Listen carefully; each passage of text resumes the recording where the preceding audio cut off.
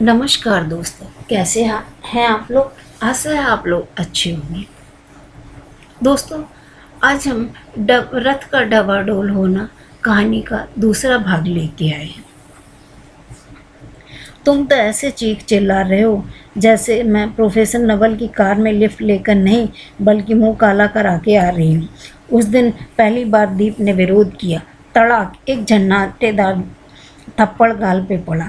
हतप्रभ संभल तो नहीं पाई कि रवि पागलों की तरह उसे झकझोरते हुए चिल्लाया, दोबारा ऐसी बात सपने में भी जुबान पे मत लाना, वरना मुझसे बुरा कोई ना होगा।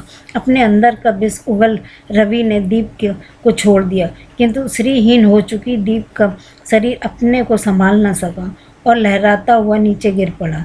इसी के साथ उसका माथा समीप रखे मेज से टकराया और खून की धार बह निकली। संयोग से उसी समय प्रखर भैया का फोन आ गया।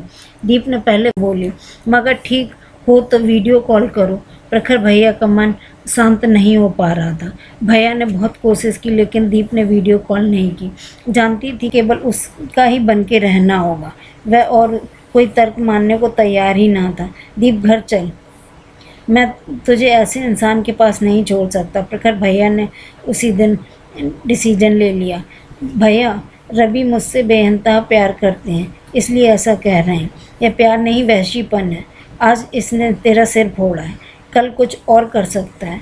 तेरा इसके साथ रहना खतरे से खाली नहीं है। प्रखर भैया अपने निर्णय पर अड़िग थे। मन तो दीप का भी असंकेत था लेकिन वह इतनी जल्दी इतना बड़ा फैसला नहीं लेना चाहती थी। अतः तय हुआ कि अभी वह बरेली चली जाए, बाद में जब रवि को अपनी गलती का एहसास हो तब वापस आ जाएगी। किंतु हुआ उसका उल्टा। दीप के इस कदम से रवि की क्रोधाग्नि को दावा नल ने परिवर्तित कर दिया। दीप या प्रखर भैया जब भी उसे फ़ोन करते, समझाने के बजाय वह गाली गलौज पर उतर आता। उसका कहना था कि दीप उसके विश्वास को ठेस पहुंचा के गई है, इसलिए जब तक वह लिखित माफ़ी नहीं मांगती उसके लिए मेरे घर में कोई जगह नहीं है। हताश प्रखर भैया ने एक वकील से तलाक के कागज़ तैयार करवा लिए। उन्होंने बहुत समझाया कि किंतु दीप उन पर साइन करने के लिए तैयार नहीं थी। उधर हर बीतते दिनों के साथ हेमा भाभी का व्यवहार भी खराब होता जा रहा था।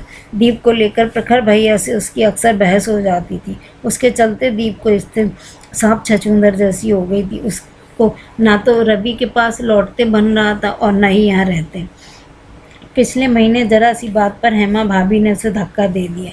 दूसरे कमरे में प्रखर भैया ने पत्नी की इस हरकत को देख लिया था। दीप ने भी साफ देखा था कि बेबसी से उसकी आंखें भर आई थीं, जिन्हें वे चुपके से पहुंच रहे थे। उसने उसी दिन देहरादून के कॉलेज में असिस्टेंट प्रोफेसर के पद के लिए आवेदन भेज दिया था। लॉकडाउन के चलते ऑनलाइन इंटरव्यू हुआ और कुछ दिनों बाद ही उसको ज्वाइनिंग लेटर आ गया। 2 दिन पहले एक विवाह में शामिल होने प्रखर भैया भाभी के साथ ससुराल गए थे। दीप चुपचाप देहरादून चली गई। कॉलेज के ही हॉस्टल में उसने एक कमरा ले लिया। तैयार हो वह ज्वाइनिंग के लिए प्रिंसिपल से मिलने गई। डी सिंह कक्ष के बाहर उनकी नेम प्लेट जगमगा रही थी। दामिनी मैम, आप? भीतर प्रवेश करते हुए दीप चौंक पड़ी। हाँ, मैं तुम्हारी एप्लीकेशन देखते ही मैंने मैनेजमेंट से कहा था, तुमसे अच्छी टीचर हमें इस कॉलेज के लिए नहीं मिल सकती। Thank you ma'am. दीप के चेहरे पे खुशी के चिन्ह उभर आए। अनजान प्रिंसिपल से मिलने का तनाव पल भर में ही गायब हो गया था, किंतु अगले ही पल वह एक बार फिर चौंक पड़ी। दामिनी मैम की मांग का सूनापन किसी अनहोनी को गवा दे रहा था। मैम, वो गीत सर, यह कॉलेज है, शाम को घर आओ, तब हम इत्मीनान से बात करेंगे। दामिनी मैम ने मुस्कराने की कोशिश की थी। दीप क्लास से चली गई किंतु उसका मन व्यथित हो रहा था। दामिनी मैम उसके कॉलेज की सबसे लोकप्रिय टीचर थी और वह ही उसकी सबसे प्रिय छात्रा। दामिनी मैम और फिजिक्स के प्रोफेसर गीत सर एक दूसरे को पसंद करते थे।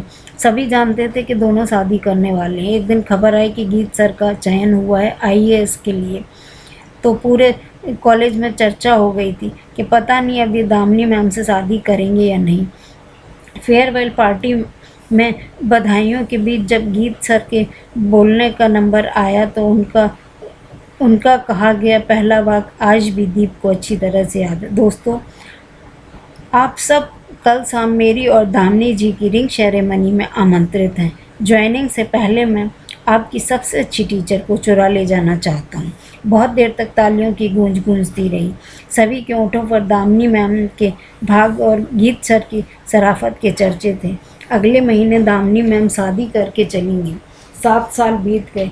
इस बीच गीत सर का कई जगह ट्रांसफ़र हुआ। फिर धीरे धीरे उन सब से संपर्क टूट गया। आज दामिनी मैम से मुलाकात हुई तो उसकी मांग का सूनापन दीप को बेचैन किए दे रहा था। क्या गीत सर के साथ कोई हादसा हो गया है? अभी इसकी उम्र ही क्या है? किसी तरह शाम हुई तो दामिनी मैम के घर जा पहुंची। वह इसी का इंतज़ार कर रही थी। मैम वो सोफे पर बैठते हुए दीप के होंठ हिले। वह चाहती हुए भी अपना वाक्य पूरा नहीं कर पाई। छोटी सी कहानी है। दामिनी मैम के चेहरे पर दर्द की रेखाएं खिंच गई थीं, किंतु जल्द ही उन्होंने अपने को संभाल लिया और मेज़ पर रखी बिस्किट की प्लेट दीप की ओर बढ़ाते हुए बोली, एक दिन छोटी सी बात पर गीत ने मुझे थप्पड़ मार दिया। मैं उसी दिन उसके बंगले को छोड़कर चली आई, फिर तलाक ले लिया। अपनी छोटी सी बात पर तलाक ले लिया। दीप का मुंह आश्चर्य से फैल गया। तुम मेरी स्टूडेंट थी, लेकिन जब अब कुलीग हो इसलिए तुमसे खुलकर बात कर रही हूँ। दामिनी मैम ने अपनी आंखों के कोरों को पोंछा, फिर बोली, मैं गीत को आज भी प्यार करती हूँ और वह मुझे भी करता है। तो फिर यह तो फिर ही सारी समस्याओं की जड़ है। दामिनी मैम ने दीप के चेहरे की ओर देखते हुए कोल्ड ड्रिंक्स का गिलास उठा 2-3 घूंट भरने के बाद बोली, पति पत्नी गृहस्थी के रथ के 2 पहिए होते हैं। ये रथ स्थिर गति से तभी चल सकता है जब दोनों पहिए बराबर हों। एक पहिए का छोटा या दूसरे का बड़ा होने पर रथ का डवाडोल होना अवश्यंभावी है। एक बात एक थप्पड़ से लगने वाली चोट ही नहीं, बल्कि उसके उद्घोषित होने वाली नांद की थी। अब गीत ने या तो मुझे छोटा समझ लिया या अपने आप को बड़ा। यह असंतुलित एक बार उत्पन्न होने के पश्चात कभी घटता नहीं, बल्कि चढ़ता जाता है। जब रथ का धराशायी होना अवसंभावी हो तो उसकी यात्रा का यथाशीघ्र परित्याग कर देना ही ज़्यादा सुरक्षित विकल्प होता है, और मैंने उसी विकल्प का चुनाव किया। कहते कहते दामिनी मैम का सारा तनाव गायब हो गया। उसके चेहरे पर अभूतपूर्व शांति छा गई। दीप के अंदर ही अंदर अपने पंखों तो तोला, फिर बोली, मैम क्या क्षमा कर देना बेहतर विकल्प नहीं होता? क्षमा समतुल्य छोटे को दी जाए तभी सार्थक होती है। अहंकारी को क्षमा करना निरर्थक है, क्योंकि वह इसे दूसरे की सहायता नहीं अपितु अपनी जीत समझता है। फिर उसकी प्रवृत्ति और अधिक हिंसक होती है। दामिनी मैम ने एक कड़वा सत्य उजागर किया, क्या आपको कोई तकलीफ नहीं होती? दीप अभी भी संतुष्ट नहीं हो पा रही थी। 2 बुरे में से किसी एक का चुनाव करना हो तो तुम क्या करोगी? दीप ने कोई उत्तर नहीं दिया। वह खामोश ही रही। दामिनी मैम भी इस विषय पर ये ज़्यादा बात करना नहीं चाहती थी। उन्होंने जल्दी ही डिनर लगवा दिया। डिनर कर दीप हॉस्टल लौट आई। उसके चेहरे पर अजीब सी बेचैनी छा गई थी और सीढ़ियाँ चढ़ते समय उसके पैर कांपने लगे थे। ऐसा लग रहा था जैसे वह बहुत दूर से दौड़कर आ रही है। कमरे में आकर उसने हाँफते हुए सूटकेस खोला। सामने ही एक बड़ा सा लिफाफा रखा हुआ था। कांपते हाथों से उसमें रखे पेपर्स को बाहर निकाला और उसके पन्नों को पलटने लगी। अचानक उसके पलकों में एक बूंद टपक कर उन पेपर्स पर जा गिरी। इसी के साथ दीप के चेहरे के भाव बदल गए। नहीं, वह इन मोतियों को बाहर निकाल कर कमज़ोर नहीं बनेगी। उसकी अपनी पलकों को पोंछा और तेज़ी से हर पन्ने पर साइन करने लगी। उसके बाद उसकी फ़ोटो खींचकर प्रखर भैया को व्हाट्सएप पर भेज दिया। रात की सांस लेते हुए उसने उन पेपर्स को लिफाफे में वापस रखा और उस पर रवि का पता लिखने लगी।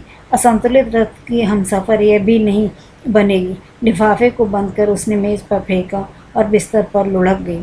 उस रात बहुत दिनों के बाद उसे चैन की नींद आई थी। दोस्तों, आप लोगों को यह कहानी कैसी लगी?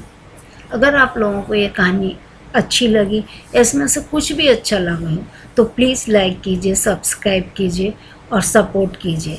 प्लीज़ एक थम्स अप तो बनता है। धन्यवाद।